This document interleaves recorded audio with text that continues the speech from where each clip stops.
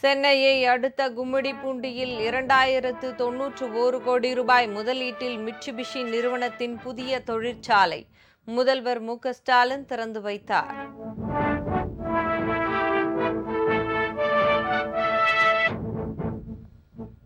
எதிர்க்கட்சி உறுப்பினர்கள் அமளியால் நாடாளுமன்ற மக்களவை திங்கட்கிழமை வரை ஒத்திவைப்பு. ராகுல் காந்தி தலைமையில் எம்பிக்கள் ஆர்ப்பாட்டம்.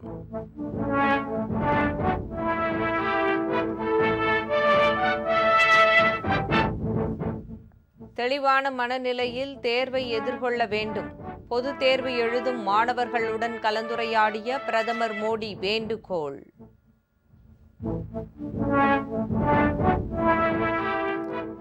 கடந்த 5 ஆண்டுகளில் மக்களுக்கு எந்த திட்டத்தையும் செயல்படுத்தாமல் அல்வா கொடுத்துள்ளார் ஸ்டாலின்.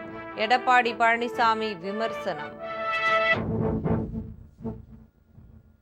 வருமான வரித்துறைக்கு எதிரான நடிகர் விஜய் மனுவை தள்ளுபடி செய்தது சென்னை உயர்நீதிமன்றம்.